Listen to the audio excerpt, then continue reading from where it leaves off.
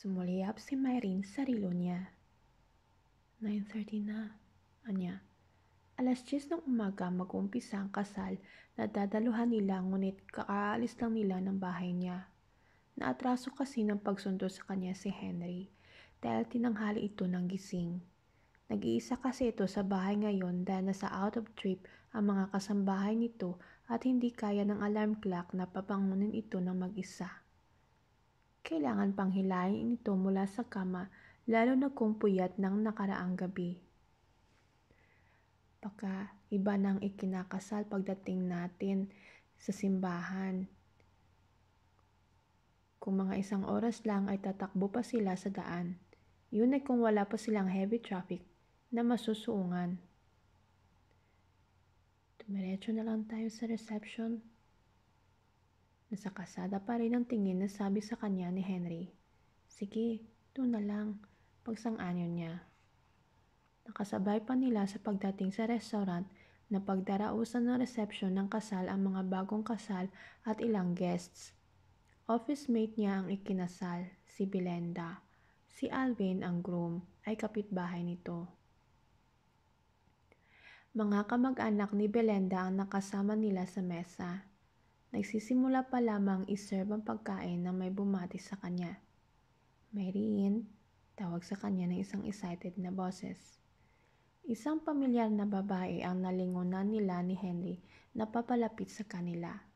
Ilang segundo rin siya nag-isip bago naalala kung sino ito. Melissa, natutuwang bati niya rito bago siya tumayo para ibeso-beso. Ito. Dati niya itong office mate. Nag-resign into 3 years para sa better opportunities, exact words nito sa ibang kumpanya. Hindi niya kilala ang lalaki at babaeng kasama nito. Si Romel, nakangiting pakilala ni Melissa sa kanya sa lalaking kasama nito. Boyfriend ko. Oh, reaksyon niya, medyo gulat.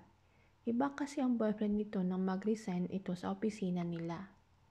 Uungkatin sana niya kung anong nangyari sa dati nitong nibyo pero naisip niyang parang hindi yun magandang pag-usapan habang kaharap nila ang present boyfriend nito.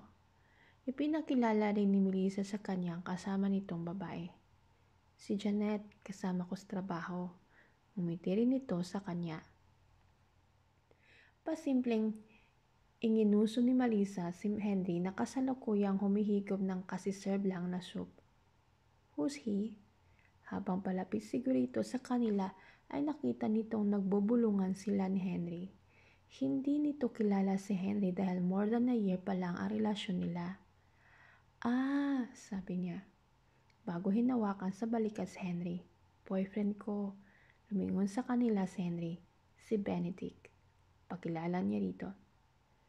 Benedict, si Melissa. Dati kong office mate. Nakita niyang napahanga si Henry bago sumeryoso ang mukha. Inalis agad nito ang tingin sa kanila. Hi, Benedict. Natutuwang bati ni Melissa rito. Hindi ito pinansin ni Henry, sa halip ay tumayo ito at walang kibong nagsimulang maglakad. Ang pinto ng restaurant ang tinutumbok ng mga paa nito. Benedict, tawag niya rito. Saan ka pupunta? May nakarehistro ng pinipigil na galit sa mukha nito nang lingunin siya. Saka lang niya na-realize kung ano ang nagawa niya rito. Oh shit, usal niya sa sarili. Kailan pa naging Benedict ang pangalan nito? Patakbo niya itong hinabol. Papalabas na ito ng restaurant nang abutin niya ito. Henry, I'm sorry. Hinging pamanhin niya rito. Wala pa rin kibong nagpatuloy ito sa paglakad palapit sa nakaparadang kotse nito. Henry, please. Samon niya rito, pilit na inaagapayan ang mabilis nitong hakbang. Nalito lang ako, hindi ko sinasadya yun. Hindi pa rin nagsasalitang lumulan na ito sa kotse nito. Henry, please, huwag mo naman akong ipahiya rito. Sino bang nanghiya? Halos siyaw nito sa kanya. I'm sorry na nga eh. Nagpapaumanhin pa rin ang tinig nito. Umuwi ka mag-isa mo. Mataas pa rin ang boses na sabi nito bago malakas na isinara ang pinto. Napatingin sa kanila ang iba pang guest na ng mga oras na yun pa lamang dumarating. Wala na siyang nagawa kundi ang sundan na lamang ang tingin ng papaalis na sasakyan ni Henry. Hindi niya ito masisisi sa naging marahas na reaksyon nito na para sa kanya ay isa lamang simpleng pagkakamali. Napapadalas na talaga kasi ang tampuhan nila nitong mga huling araw. Inakusahan siya rito na nanlamig na siya rito. Wala na rin daw siyang oras para dito. Madalang na kasi ang paglabas-labas nila ng mga nakaraang araw at siya ang laging may problema. Siya kasi ang laging walang oras. Nagtalo muna ang isip niya kung babalik pa ba sa reception o maghahagilap na lang siya ng taxi para umuwi. Pero nakita na siya ni Belinda. Hindi na siya nakaabot sa simbahan kanina. Pati ba naman sa reception ng kasal nito ay isa-snub in pa rin niya. Panay pa naman ang pangungulit nito sa kanya noon na wag siyang hindi dadalo sa kasal nito. Gusto ko lahat kayo ay kasama ko sa pinakamaligayang araw ko. Saad nito sa kanila habang namumudmud ng invitation sa opisina nila noon. Mabibigat ang mga paang nagbalik siya sa loob ng restaurant. Sinalubong kaagad siya ni na Melissa ng nobyo nitong si Romel at ni Janet. Anong nangyari? Tanong ni Melissa. Nakakatakot naman yang si Benedict, bigla na lang nagagalit. Hindi Benedict ang pangalan niya, sabi niya. Si Melissa naman ang napamulagad. Ano? Henry. Sino si Benedict? Tanong nito. Hindi ko alam. Wala naman akong kilalang Benedict. Natigagal ito at ang dalawang kasama nito. Hindi niya halos nagalaw ang inihaing pagkain sa kanya. Niisip pa rin niya kung saan nanggaling ang pangalang Benedict na bigla na lang lumabas sa bibig niya. Sigurado siyang wala siyang kilalang ganoon ng pangalan. Kahit noong nag-aaral pa siya, wala siyang natatandaang naging kaklasing Benedict ang pangalan. Wala rin siya naging professor na may pangalang ganon. Ni sa kamag-anak, kaopisina, o sa village na tinitirhan niya ay wala rin. Hindi Benedict ang pangalan ng lalaking nagde-deliver ng dyaryo sa bahay nila tuwing umaga. Sigurado siya. Lalong hindi rin Benedict ang pangalan ng bantay sa bakery na madalas niyang bilhan ng pandesal sa umaga. Hindi rin Benedict ang pangalan ng pari sa parish church nila. At wala rin siyang kilalang artista o singer na gano'n ang pangalan. Saan kaya nanggaling ang pangalang yun? May naging alaga siyang pusa noon pero sigurado siyang hindi Benedict ang ipinangalan niya roon. Masasakal pa siya ni Henry dahil sa pangalang yun na hindi niya alam kung bakit bigla na lang humalog pa sa bibig niya. Sa tindi ng pananamlay niya, hindi niya nagawang sumali. Gawa ng plano niya nang ihagis ang bouquet. Pipilitin sa niyang masalo yun upang maipakita kay Henry na may balak din naman siyang magpakasal. Hindi gaya ng akusasyon nito sa kanya na wala raw yata siyang balak lumagay sa tahimik dahil wala siyang iniisip kundi ang trabaho niya at ibang bagay na walang kinalaman sa relasyon nila. Ni hindi rin niya sinundan ng paglipad ng mga kalapati ng pakawala ng mga yun ng mga bagong kasal. Hindi rin siya nag-cheer nang maghalikan pa ang mga ito. Kahit pa turid ang halik na ibinigay ng groom. Isa lang ang nasa isip niya habang nagaganap ang mga bagay na yun. Who's the hell is Benedict? Pagpasok ni Myrene, kinabukasan sa trabaho, noon niya naalala kung saan nanggaling ang pangalang Benedict. The night before Belinda's wedding. Nanaginip ako na ikakasal ako sa isang lalaking pangalan ay Benedict. Kwento niya kina Miriam at Arlene, mga kasama niya sa trabaho at kaibigan na rin. Sa isang malaking electronics company sila nagtatrabaho. Executive Secretary siya ng isang CEO roon at nasa accounting naman sina Miriam at Arlene. That sounds interesting, ani Arlene. Anong itsura ng lalaki? Gwapo ba? Standard question yata yun ni Arlene tuwing may ikinukwento siyang lalaki rito. Hindi ko na matanda ng mukha niya. Parang blanco yun. Oo, tama. Blanco nga yun. Parang may liwanag yung nakatakip sa mukha nito. Pilitin mo maalala, ani Miriam. Para ano pa? Tanong niya rito. So you would recognize him kapag nasalubong mo siya sa kalye. Paliwanag nito. Paano mo naman nalamang nag-e-exist yung lalaking yon? Ani Arlene. Kutob ko lang, sagot ni Miriam. Alam mo kasi, may nabasa ko. Usually daw, pag napanaginipan mong ikinakasal ka sa isang lalaki, ang lalaking ito ang makakatuluyan mo. Hus, bulalas ni Arlene. Umira na naman yung pagka-New Age fanatic mo.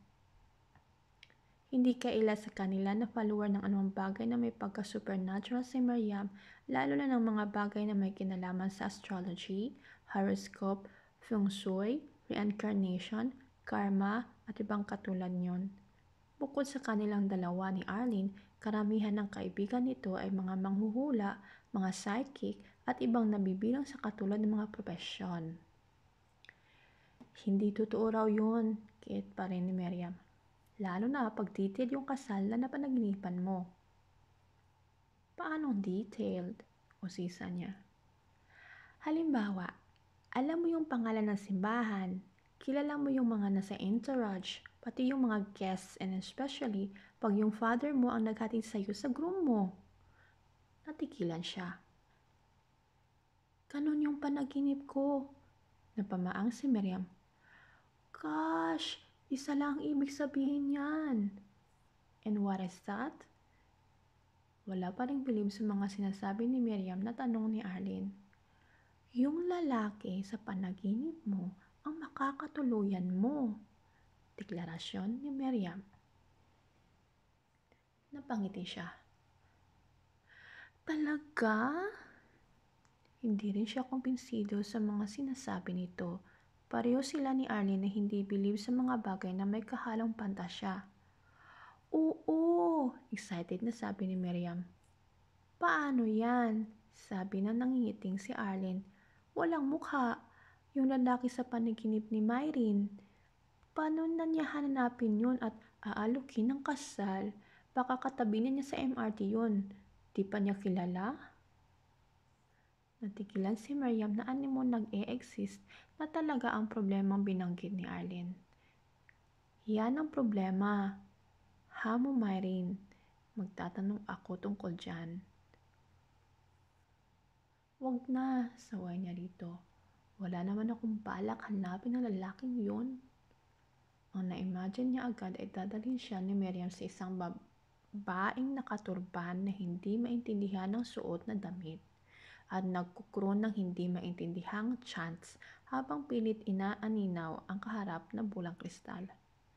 Ang balak ko ngayon ay magkaayos kami ni Henry. Nagkausap na ba kayo? Tanong ni Arlene. Hindi pa. Tinitext ko siya pero hindi sumasagot. Tinatawagan ko, ayaw sagutin yung cell niya. Malaki talagang tampo sa'yo. Anito. Ikaw naman kasi hindi siya kumibo. Bihira na nga kayo mag-date dahil napapagod ka kamo rito sa opisina at sa pag-aasikaso ng mga pamangkin mo. Tugtong pa nito. Tapos nang bigla kang magkaroon ng oras dahil dumating na ang sister mo at ang bayaw mo para siyang mag-alaga sa mga anak nila, bigla ka namang nag-enroll sa isang cooking class. Kaya yung oras para sa date yun ni Henry ay doon naman napunta. Alam naman niya yun noon pa ko pang planong mag-aral magluto bago pa kami naging mag-boyfriend, paliwanag niya. Pwede na nga niyang patawarin yun tapos bigla mo siyang tinawag sa ibang pangalan. Tila nagsisermon pa rin sabi nito. Aba, kahit naman sino ay magagalit. Lalo nga siya maghihinala na kaya ka nang lamig sa kanya ay dahil may iba ka nang nagugustuhan. Hindi naman ako nanlalamig sa kanya dahil may iba akong nagugustuhan. Hindi ako two-timer at hindi ako flirt. Ba't nga ba parang nawawalan ka ng gana kay Henry this past few days? Sabat ni Miriam. Diba, ipinagkalala niya ako sa pamilya niya 2 months ago? Sabay pa ang sagot ni na Arlene at Miriam. Oo. After 1 year and 3 months na relasyon namin, 2 months ago lang niya ako na ipakilala sa family niya. Kahit palagi ko siyang kinukulit na gusto ko nang ma-meet ang parents niya at ang mga kapatid niya. Kwento niya. May dahilan pala kung bakit dahil hindi maganda ang relasyon niya sa parents niya. Halos wala siyang respeto sa mga ito. Kulang na lang ay sigawan niya at itaboy niya tuwing kakausapin siya. Isa pa naman sa basihan ko para malaman kung ang isang lalaki ay magiging isang ideal husband and father ay ang relasyon nito sa pamilya nito. Patuloy niya. Paano magiging mabuting asawa at ama ang isang lalaking hindi kayang maging mabuting anak sa kapatid? Pero may dahilan naman kaya ganun ang trato niya sa mga parents niya, di ba? Ani Arlene. Oo, sabi niya. Naikwento niya sa mga ito na noong mga bata pa si Henry at ang mga kapatid nito ay madalis na mag-away ang mga magulang ng mga ito. Parehong nagkakaroon ng relasyon ng mga ito outside their marriage.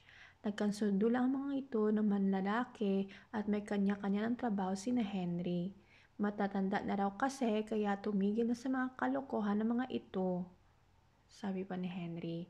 Pero hindi na nabura ng pagkakasundo at pagkakaayos ng mga ito ang bitterness at hatred na naitanim ng mga ito sa dibdib ni na Henry. Kaya nga, pinipilit ko mag-make up na sa kanya pero siya naman tong parang nanlalamig sa akin. Paano na puno na nga yata? Sabi ni Arlen. Di pabayaan mo na lang siya. Payo naman ni Miriam. Ang intindihin mo na lang ay yung lalaki sa dream mo. Saka na nga yan, sabi niya. Dito na lang muna ako sa reality. At ang reality ay nagtatampo sa akin si Henry kaya dapat ko siyang suyuin.